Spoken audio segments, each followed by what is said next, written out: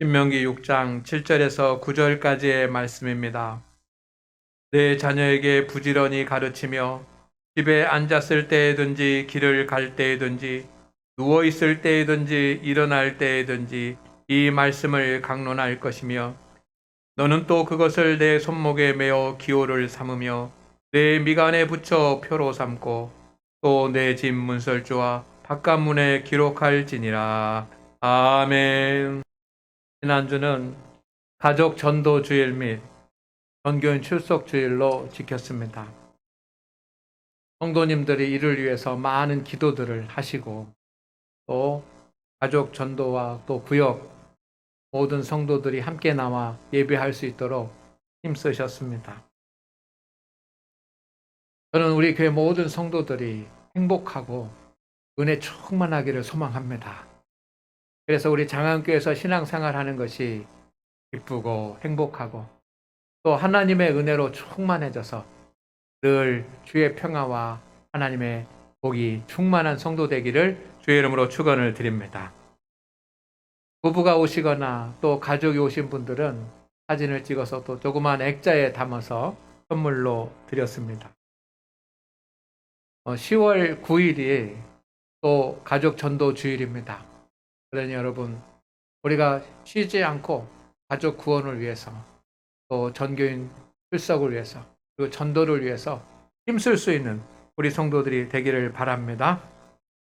우리가 감당해야 될 사명이 많지만 무엇보다도 가족 구원을 우리가 이루는 그 사명을 감당해야 되지 않겠습니까?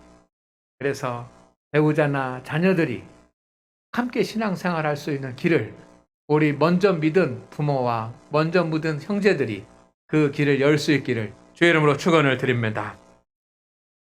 모세가 광야 40년 생활을 마치고 새로운 땅 가나안 땅에 들어가는 이스라엘 백성들에게 설교를 했습니다. 긴 설교입니다. 여러 날 걸쳐서 설교를 했습니다. 그것이 신명기에 기록이 되어 있습니다. 그런데 가장 중요한 설교의 핵심 중에 하나가 가장은 자녀들의 신앙을 책임지고 교육시키라는 것이었습니다. 모세가 이스라엘 백성들을 온 나라의 백성들을 다 모이게 했습니다. 그리고 큰 소리로 외쳤습니다. 이스라엘이여 들으라 하고 큰 소리로 설교를 합니다. 그것이 신명기 중에서도 가장 유명한 6장 4절에서 9절까지의 말씀입니다. 이것이 신명기의 핵심이라고도 합니다. 소위 쇠마 교육이라고 그렇게 제목이 붙여져 있습니다.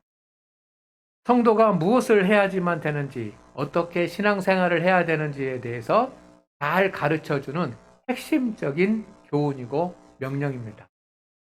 첫째는 뭐냐면 하나님을 마음을 다하고 힘을 다하고 뜻을 다해서 하나님을 온전히 사랑하라고 하는 것입니다.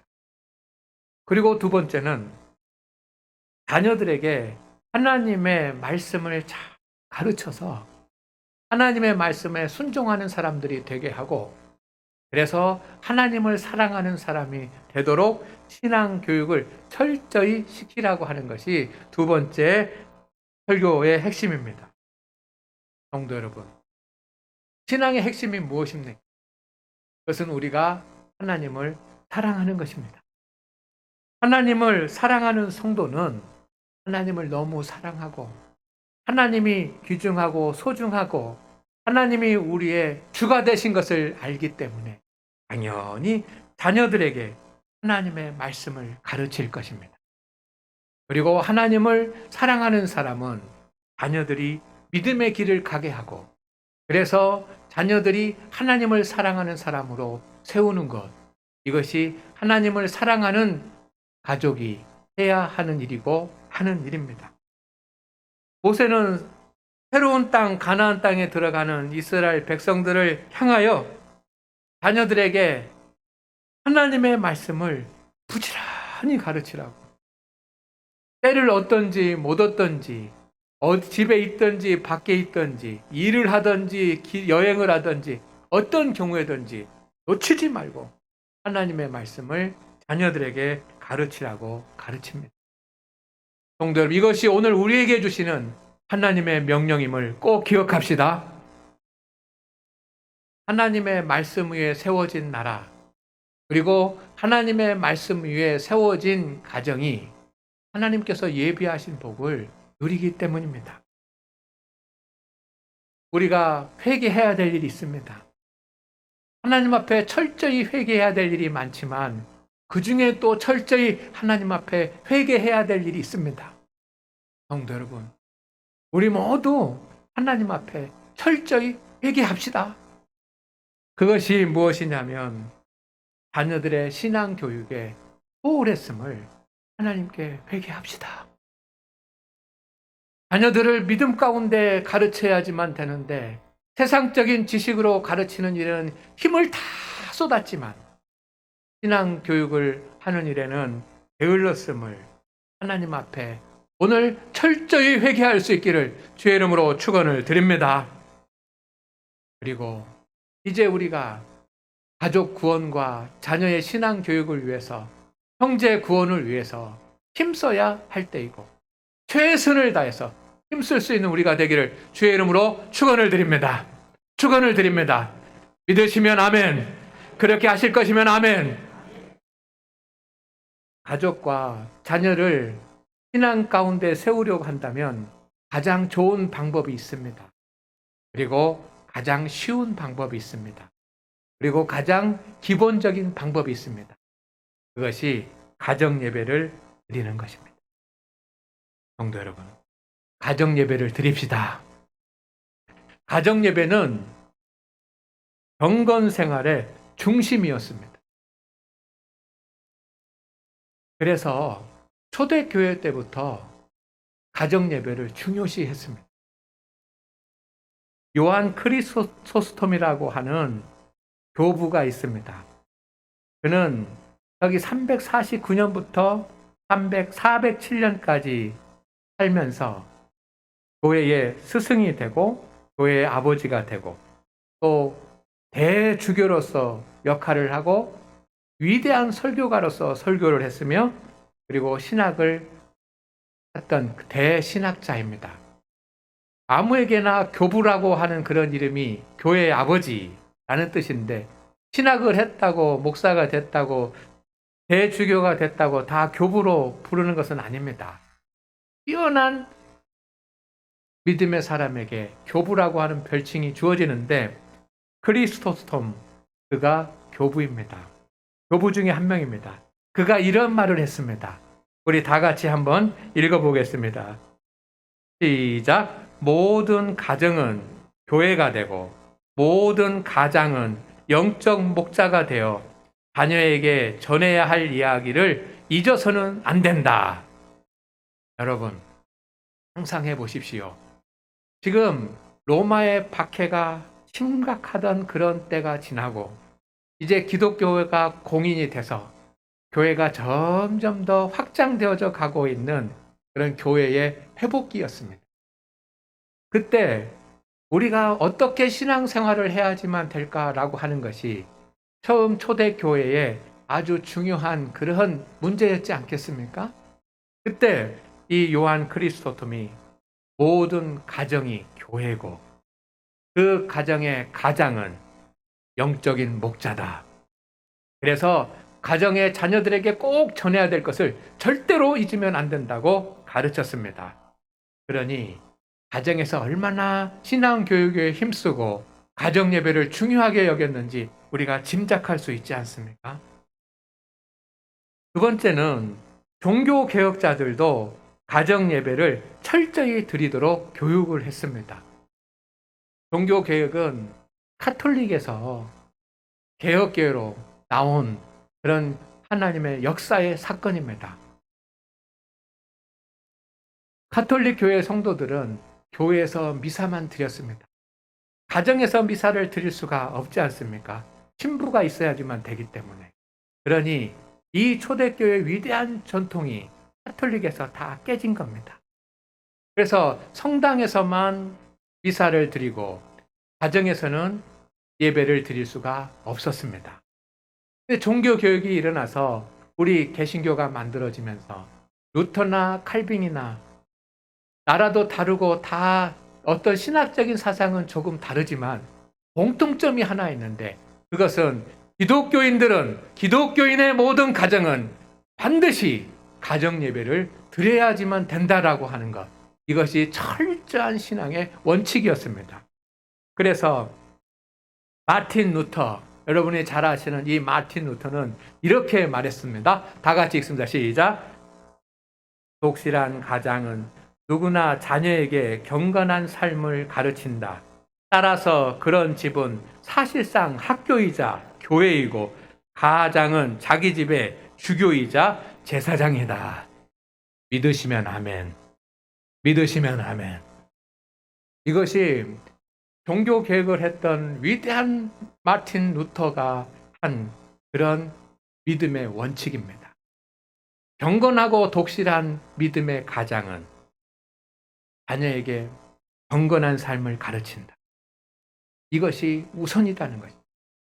그러면 어떻게 그렇게 그것을 이룰 수 있습니까? 가정이 그리스도인의 학교가 되고 교회가 되는 것. 가정이 교회가 된다는 것은 예배가 드려진다는 것이고, 그 예배의 주관자인 가장은 그 가정의 목사이고 제사장이라는 것입니다. 그러니 가정 예배를 철저히 드리라는 것입니다. 오늘날 우리 장로교를 세운 칼뱅은 또 이렇게 이야기를 했습니다. 다 같이 읽습니다. 시작. 가정은 하나님의 말씀의 언약으로 묶여진 언약 공동체, 부모의 신앙 교육은 공적 책임이다. 아멘. 믿으시면 아멘. 믿으시면 아멘. 그렇습니다. 부모가 자녀에게 신앙 교육을 시키는 것은 뭐다? 공적 책임입니다. 그냥 그렇게 해도 되고 안 해도 되고 하는 것이 아니라 반드시 책임을 물어야지만 돼. 공적 책임이다.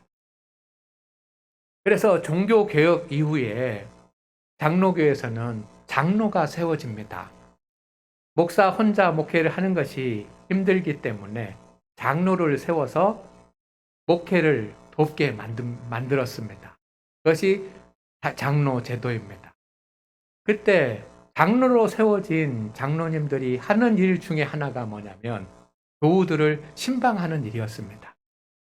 그래서 그 장로님들이 그 교회의 교구의 책임자가 돼서 가정들을 신방하면서 믿음으로 신앙생활을 잘 하고 있는지를 살피는데, 가장 중요하게 보았던 한 가지가 무엇이냐면 가정 예배를 드리는가 드리지 않는가였습니다. 그래서 장로님들이 구역을 신방하면서 가정을 신방하면서 믿음의 척도를 살피는데, 이 가정이 가정 예배를 드리고 있으면 오케이. 그러나 가정 예배를 드리지 못하고 있으면 본면에서 가정 예배를 드리도록 하던 것이 종교 개혁 이후의 장로교회의 어떤 신앙의 전통이고 모습이었습니다. 종교 개혁자들만 강조한 것이 아니라 여러분, 경건한 믿음의 사람들은 가정 예배를 드렸습니다. 지금까지 가장 경건한 경건주의자라고 할 수 있는 청교도들이 있습니다. 세 번째 말씀을 드립니다. 이 경건주의자들인 청교도들, 그들은 영국 사람이었는데 영국에서 신앙생활을 하다가 믿음의 자유를 위해서 신대륙으로 들어가서 나라를 세웠습니다. 그 청교도들이 세운 나라가 미국 아닙니까? 그러니까 경건주의자들이 미국을 세웠습니다. 그런데 이 청교도들이 가장 힘썼던 경건 생활은 무엇이냐면 가정 예배를 드리는 겁니다. 그래서 그들은 아침과 저녁으로 가족들을 불러 모아놓고 하나님 앞에 가정 예배를 드렸습니다. 이것이 위대한 믿음의 전통입니다. 그 청교도들 중에 위대한 리차드 백스터라고 하는 그런 목사님이 있습니다. 저도 그분의 책을 여러 권 읽었습니다. 정말 깊은 영성을 가진 그런 목회자인데 그가 이런 말을 했습니다. 다 같이 시작. 기독교 가장이 엄숙하게 기도하고 하나님을 찬양하는 일은 그분이 정하신 바다. 그리스도인의 가정이 함께 모여서 엄숙하게 하나님 앞에 기도를 드리고 그리고 하나님을 함께 찬양하는 일은 누가 정한 바다? 하나님이 정한. 그러니 매일 열심을 다해서 가정 예배를 드리면서 신앙생활을 하고 자녀들을 믿음으로 가르쳐야지만 된다. 그 전통이 어디서부터 옵니까? 모세가 셈아 이스라엘아 들으라 하고 하면서 전한 그 가르침부터 계속 이어지는 것입니다. 그런데 그 가정 예배가 좀 소홀하게 됐습니다. 언제부터 소홀하게 됐냐면 대개 세 가지 이유 때문입니다. 첫째는 근대화가 되었습니다. 근대화가 됐다라고 하는 말은 바빴다는 겁니다. 미국이든 영국이든 유럽이든 어느 나라든지 간에 근대화가 되면서 가족들이 바쁘게 됐습니다. 그리고 대가족으로 모여 살지 않고 흩어져서 살게 됐습니다. 그러다가 보니까 자연스럽게 함께 모여서 예배드리던 가정 예배의 전통이 이제 조금씩 흔들리더니 서서히 소멸되기 시작을 했습니다. 사회적인 현상이라고 할 수도 있습니다. 두 번째는 미국을 비롯한 그런 나라들에서 미국 교회와 같은 그런 교회에서 이제는 교회 중심으로 그리고 가정 중심으로 신앙생활을 하고 하던 그런 그 믿음의 패턴이 이제는 대형 집회로 바뀌게 되었습니다. 그래서 많은 사람들을 모아놓고 그리고 위대한 부흥 설교자들을 세워서 그렇게 대형 부흥 집회를 하는 그런 교회의 문화가 생겨나게 됐습니다. 그러다가 보니까 전체가 많이 모여가지고 기도하고 찬송하고 예배를 드리는 그리고 말씀을 듣는 그런 부흥의 중심의 그런 그 집회에 익숙하다가 보니까 자연히 그것을 강조하다가 보니까 가정 예배를 덜 강조하게 됐고 그것이 소홀하게 됐습니다. 세 번째 이유는 주일학교가 생겨난 것입니다. 주일학교가 생겨난 것은 분명히 어린 아이들과 학생들에게 신앙의 교육을 철저하게 시키기 위해서 주일학교를 만들어서 그 아이들 교육을 교회에서 담당해서 시켰는데 주일학교를 세우고 교회에서 교회 교육을 하다가 보니까 그것이 장점이 충분히 있음에도 불구하고 부모들은 이제 그러면 신앙 교육은 자녀들이 교회에서 하고 주일학교에서 하는구나 라고 하는 그런 오해를 하게 되고 그 오해 아닌 오해 때문에 가정 예배를 드리고 가정에서 신앙생활을 하는 것이 소홀하게 되고 말았습니다. 결과는 무엇이냐면 믿음의 신앙 공동체인 가족의 신앙 공동체는 흔들리고 그리고 가족 구원이 되지 않는 일들이 많아진 것입니다. 성도 여러분, 가정 예배를 드림으로 다시 우리의 가정들이 신앙으로 회복이 되고 믿음 가운데 굳게 서기를 주의 이름으로 축원을 드립니다. 축원을 드립니다. 코로나 바이러스가 온 세상에 어려움을 주었습니다. 상처를 남겼습니다. 그러나 저는 기도하면서 생각해 볼 때 코로나 이 엄청난 바이러스가 많은 사람들에게 상처를 주었는데 그 상처가 우리 교회와 그리스도인들에게 진주를 낳게 한 것이 있습니다. 그것이 두 가지인데 첫째는 우리 교회가 실시하는 주 예수 성원 거룩한 독서가 얼마나 소중하고 귀중한 것인지 알게 된 것입니다. 여러분, 우리 교회는 주 예수 성원 거룩한 독서를 합니다. 주 예수 성원이 무엇입니까? 주일날 예배 시간에 하나님께서 주신 거룩한 말씀, 이것이 주 예수 성언인데 그것을 우리는 매일 묵상하고 아침 저녁으로 읽고 기도하는 것이 거룩한 독서, 주 예수 성언 거룩한 독서입니다. 우리가 코로나로 인해서 공적 예배를 드리지 못하고 있을 때에 많은 성도님들이 이렇게 고백하셨습니다. 목사님, 주 예수 성은 거룩한 독서, 하나님께서 이때를 위해서 우리를 위해서 예비해 놓으신 것인 것 같습니다. 그리고 주 예수 성은 거룩한 독서를 통해서 새 힘을 얻고 하나님의 은혜 가운데 나가고 주님을 바라보게 되었습니다.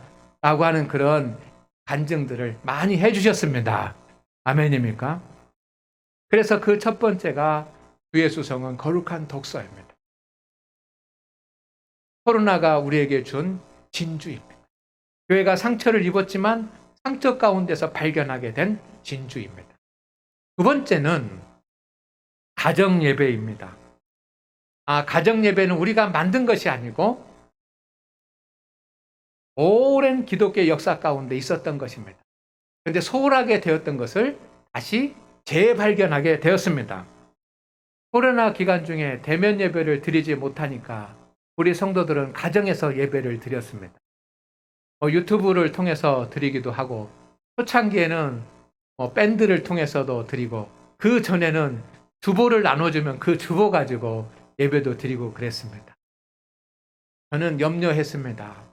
우리 성도들이 이렇게 주보 놓고 그거 보면서 읽어가면서 예배 드릴 때 은혜를 누릴 수 있을까? 그리고 유튜브를 통해서 예배를 드리는 것이 우리 성도들에게 은혜가 될까? 그런데 여러분, 너무도 성도들은 은혜를 나누었습니다. 아멘입니까? 벌써 그때 다 잊어버리셨군요. 그렇게 가족들이 모여 앉아서 스마트폰 하나 식탁에다 올려놓고 예배 드리고 그 사진을 찍어서 저에게 보내주시면서 하나님께 영광을 돌렸습니다. 예배 드렸습니다. 은혜가 되었습니다. 그렇게 고백을 했습니다. 여러분, 가족과 함께 부모와 자녀가 그리고 부부가 함께 하나님 앞에 엎드려서 예배를 드리는 것, 그것이 그토록 은혜롭고 복된 것인지 다시 한번 발견하게 된 것입니다. 그런데 그것은 우리의 경험만이 아니고 요즘 건강한 교회를 지향하는 그런 교회들과 그리고 목회자들, 신학자들이 이구동성으로 외치는 것이 있습니다. 그것이 뭐냐면 가정 예배를 드리는 것입니다. 성도 여러분, 우리 모두 이제 가정 예배에 도전할 수 있기를 주의 이름으로 축원을 드립니다. 가정 예배를 드리십시오. 벌써 부담이 되고 시작하지도 않고 벌써 어떻게 하지? 나는 못해 라고 생각하는 분들이 없기를 바랍니다. 아멘. 아멘. 이것이 우리가 살 길이기 때문에 제가 오늘 말씀을 드리는 것입니다.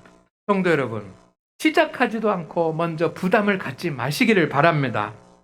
성도 여러분, 주님을 사랑하십니까? 그리고 가족을 사랑합니까? 그렇다면 가족을 믿음 안에 세워야지만 되고 그렇다면 가정 예배를 드려야지만 됩니다. 어떻게 가정 예배를 드리겠습니까? 첫째는 가정 예배를 드리는 법입니다. 첫째, 따라합니다. 모든 가족에게 알리고 철저히 지키십시오. 여러분, 우리가 이제 다 준비해 놓고 다 결단해 놓고 이제 마음의 감동이 되고 기도 응답 받고 그러고서 알리면 늦습니다. 금년 안에 알리지 못하고 내년에도 알리지 못할 것입니다. 오늘 말씀, 하나님이 나에게 주신 하나님의 음성으로 듣고 할 수 있든지 할 수 없든지 간에 여러분 가족들에게 알리시기를 바랍니다. 우리는 이제 가족 예배를 드리기로 했다. 가정 예배를 드리기로 했다. 먼저 알리고 시작하십시오. 그리고 하나님께서 가정 예배를 잘 드릴 수 있도록 도와달라고 기도하시기를 바랍니다. 목사님, 저는 혼자인데 어떻게 합니까? 여러분, 혼자도 드리면 됩니다. 여러분, 처음에 혼자 시작하지.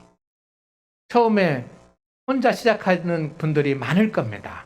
그러니까 혼자도 드려도 가정 예배가 되는 것입니다. 내가 부모님을 위해서, 형제들을 위해서, 자녀들을 위해서 하나님 앞에 예배를 가정에서 드리면 혼자 드려도 주님이 받으시고 같이 드려도 받으실 줄로 믿습니다. 중요한 것은 가정 예배를 드리냐라고 하는 겁니다. 그리고 혼자라도 예배를 드리겠다라고 자녀들에게 알리십시오. 너희들을 위해서 하나님 앞에 가정재단을 쌓겠다고 알리십시오. 그리고 가족 모임이 있을 때는 반드시 예배를 드리겠다라고 선포하십시오. 자녀들이 어버이날 찾아와도 예배를 드릴 것이고, 생일이라고 해서 와도 예배를 드릴 것이고, 추석이나 명절만이 아니라 언제든지 자녀들이 오면, 형제들이 모이면 가정 예배를 드릴 것이다. 그리고 자녀들이 잠깐 왔다 가더라도 가정 예배를 드릴 것이다 라고 선포하시기를 주의 이름으로 축원을 드립니다. 축원을 드립니다. 하실 분만 아멘. 꼭 하셔야지만 됩니다. 두 번째는 목요일 10분은 반드시 하나님께 드리시기를 바랍니다. 매일 드리라고 하니까 벌써 부담이 돼가지고 마음의 문을 딱 닫는 분이 없기를 바랍니다. 여러분, 매일 드리기 어렵습니다. 그래서 정해진 날을 정하십시오. 정기적인 시간을 정하십시오. 매일 드리는 것도 좋지만 여러분, 꼭 날을 정해서 하십시오. 저는 목요일을 추천을 드립니다.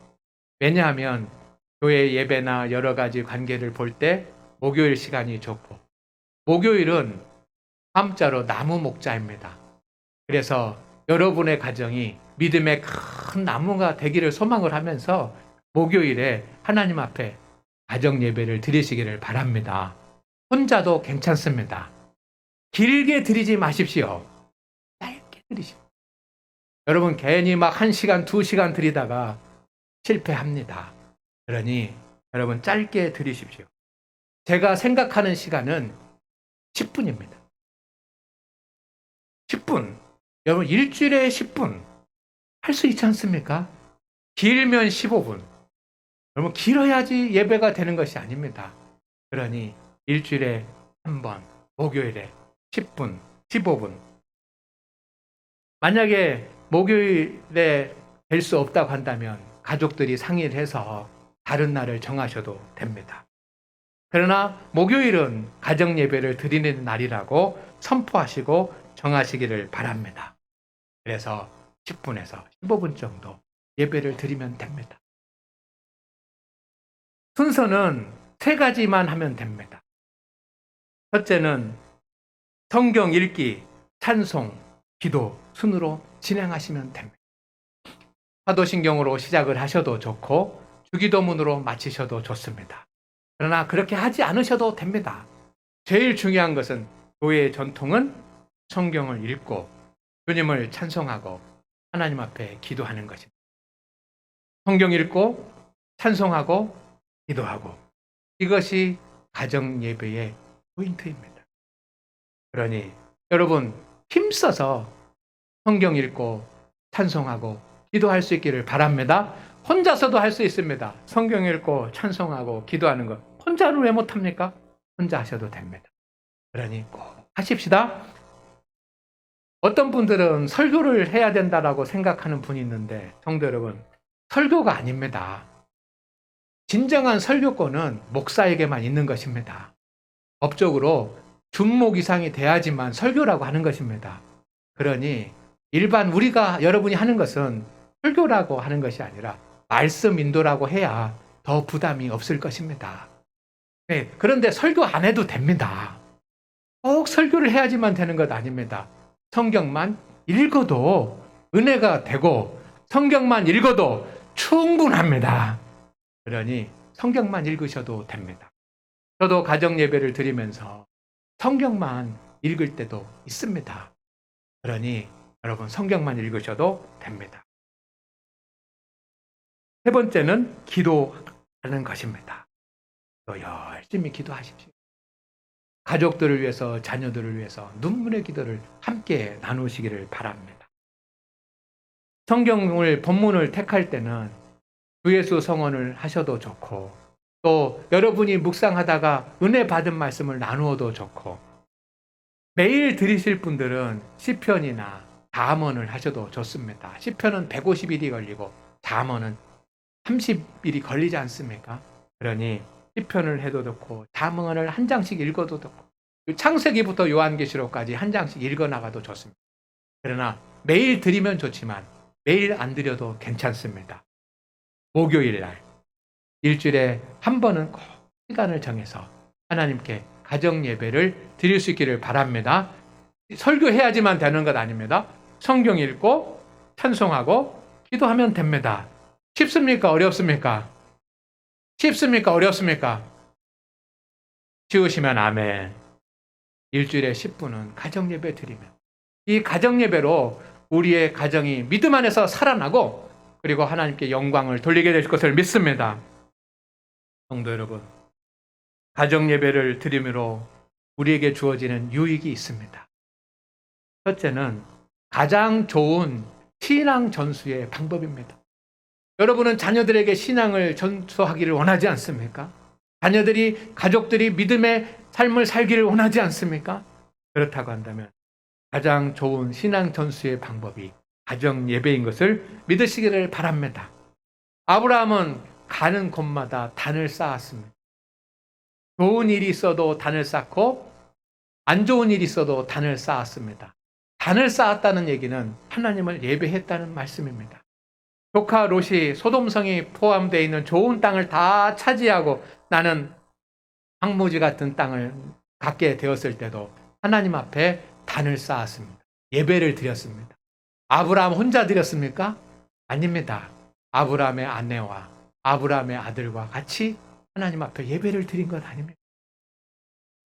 이때 아브라함의 믿음이 아내에게 믿음으로 세워지고 아들 이삭에게도 믿음으로 전수가 되었습니다. 아들 이삭이 어떻게 믿음을 갖게 되었습니까? 아버지와 함께 가정 예배를 드리면서 믿음을 전수받았지 않겠습니까? 교회 학교에 간 적도 없고 설교를 들은 적도 없고 그럼 어떻게 믿음을 전수받습니까? 아버지의 가정 예배 때문입니다. 성도들, 오늘도 마찬가지입니다. 가족이 함께 모여서 온전히 하나님 앞에 예배 드릴 때 여러분의 자녀들이 부모의 신앙을 전수받을 것을 믿습니다. 확신합니다. 두 번째는 영적 교제를 나누는 가족이 됩니다. 가족은 음식을 함께 나누고 집을 함께 나누고 물질을 함께 나누는 육적인 것을 함께 나눕니다. 그러나 그것만으로 가족이 아닙니다. 슬픔을 나누고 기쁨을 나누고 함께 마음을 나눌 수 있어야지만 됩니다. 그러나 마음을 나눈다고만 가족이 아니라 하나님의 형상대로 인간이 지음받았기 때문에 가족은 영적인 소통이 있어야지만 됩니다. 그 영적인 소통이 어떻게 이루어집니까? 가족 간에 예배를 통해서, 가정 예배를 통해서 말씀을 읽고 기도하고 찬송할 때 주 안에서 영적 소통이 일어나는 줄로 믿습니다. 가정 예배를 드리는 순간이 여러분의 가정이 영적으로 소통하는 시간이 될 것입니다. 믿습니까? 세 번째, 마지막으로 함께 가족이 기도할 때 하나님의 응답이 있습니다. 저희 가족은 큰 중요한 결정을 해야지만 되거나 아니면 어려운 일이 있을 때 가정 예배를 드렸고 그리고 그 매일매일 드리는 그 가정 예배를 통해서 하나님의 특별한 응답을 여러 번 받았습니다. 이게 놀라운 신앙의 경험이고 간증입니다. 어떤 때는 어떤 중요한 문제를 결정해야지만 되는 그런 일이 있을 때 하나님 앞에 엎드려 기도했습니다. 그랬더니 그리고 가정 예배를 드리면서 하나님 앞에 기도했습니다. 그랬더니 하나님께서 일주일도 되기 전에 응답하신 사건도 있고 어떤 때는 하나님 앞에 가정 예배를 드리면서 기도하고 하나님 앞에 부르짖는데 150일을 작정하고 하나님 앞에 가정 예배를 하루 드려 나가는데 어떤 때는 그때는 145일째쯤 되었을 때 하나님의 응답이 이루어지기도 했습니다. 이렇게 저는 중요한 그 우리 가정의 일들, 그런 것들이 가정 예배를 통해서 응답받은 경험들과 하나님의 은혜가 있습니다. 어떤 경우는 꼭 가정 예배를 드려야지만 되는데 가정 예배를 드릴 수가 없어서 어떤 때는 한 번은 줌으로 가족들과 함께 예배를 드린 적이 있습니다. 그런데 그때도 하나님께서 응답해 주셨습니다. 아멘입니까? 여러분, 그렇게 하나님은 가족이 함께 기도할 때 응답해 주십니다. 큰 능력을 주십니다. 가정 예배로 믿음의 가정을 세우시기를 주의 이름으로 축원을 드립니다. 이제부터 가정 예배를 드립시다. 목요일 10분은 하나님 앞에 드립시다. 함께 모여서 혼자라도 하나님의 말씀을 읽고 찬송하고 기도하십시오. 여러분의 가정이 믿음의 큰 나무가 될 것입니다. 나무는 꽃이 피게 될 것이고 그 나무에는 하나님의 은혜와 복의 열매가 맺히게 될 것입니다. 그러한 은혜가 있기를 주의 이름으로 축원을 드립니다. 주 하나님, 오늘 우리와 함께 하사 우리 장안교회 모든 성도들이 가정을 믿음으로 세우기 위해서 가정 예배를 드릴 수 있는 은총을 주시옵소서. 가정 예배를 드리는 성도들에게 하나님께서 은혜와 복을 주시고 큰 권세로 함께하여 주옵소서. 예수님의 이름으로 기도드립니다. 아멘.